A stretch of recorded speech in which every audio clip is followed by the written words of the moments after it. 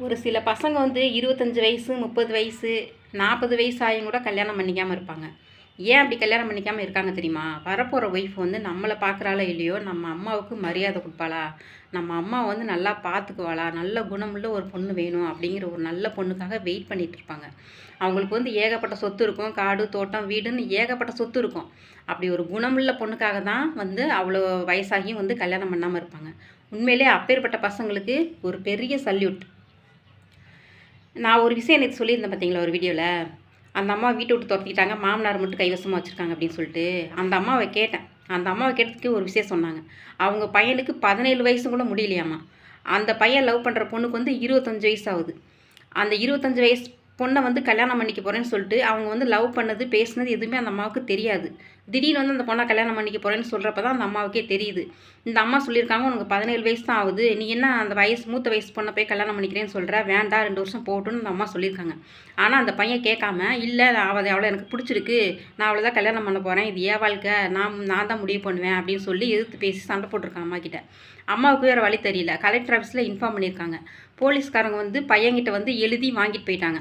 23 வயசில் தான் நீ மேரேஜ் பண்ணணும், இல்லைன்னா ஜெயிலுக்கு போயிடு அப்படின்னு சொல்லி எழுதி வாங்கிட்டு போயிட்டாங்க. அந்த பொண்ணையும் கூப்பிட்டு எழுதி வாங்கியிருக்காங்க. எழுதி வாங்கி அந்த பையன் வந்து ஒரு வன்மத்தை வந்து மனசில் வச்சுட்டான். அவங்க மேரேஜுக்கு வந்து அவங்க அப்பா வந்து ரொம்ப சப்போர்ட் பண்ணியிருக்காரு. அவங்க அப்பா வந்து சப்போர்ட் பண்ணிட்டு, நீ எப்படி கம்ப்ளைண்ட் பண்ணலாம் அப்படின்னு சொல்லி அந்த பொண்ணுக்கும் அந்த பையனுக்கு சப்போர்ட் பண்ணி அந்த பொண்ணை மறுநாளே வந்து கூப்பிட்டு வந்துட்டாங்க வீட்டுக்கு. கூப்பிட்டு வந்துட்டு அந்த அம்மா கூட சண்டை போட்டு அந்த அம்மா வீட்டை விட்டு துரத்திட்டாங்க. அதையும் மீறி அந்த போலீஸ் வந்து எழுதி வாங்கிட்டு போய் 3 நாளில் அந்த பொண்ணும் அந்த பையனும் அந்த உள்ளூருக்குள்ளே இருக்க கோயிலில் போய் தாலி கட்டி கல்யாணம் பண்ணிட்டாங்க. கல்யாணம் பண்ணிட்டாங்க. கல்யாணம் பண்ணி இப்போ 2 வருஷம் ஆகுது. அவங்களுக்கு பாப்பாவும் பிறந்துருச்சு. இப்போ வரைக்கும் அந்த அம்மா வந்து வீட்டை விட்டு துரத்திட்டு அந்த அம்மா எங்கே இருக்காங்க, ஏது இருக்காங்க, என்ன பண்ணுறாங்கன்னு எதுவுமே கவனிக்கவும் இல்லை. இதெல்லாம் எவ்வளோ பெரிய பாவம் தெரியுமா?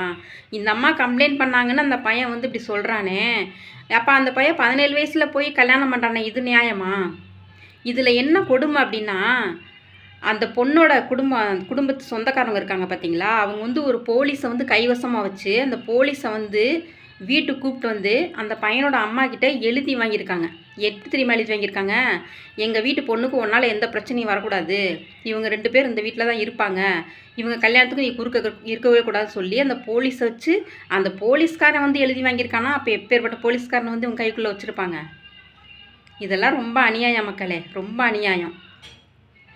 இந்த பையன் வந்து 17 வயசில் கல்யாணம் பண்ணது சரியா தப்பா? அந்த அம்மா வந்து கம்ப்ளைண்ட் பண்ணது சரியா தப்பா? இதை நீங்கள் கமெண்ட்டில் சொல்லுங்கள்.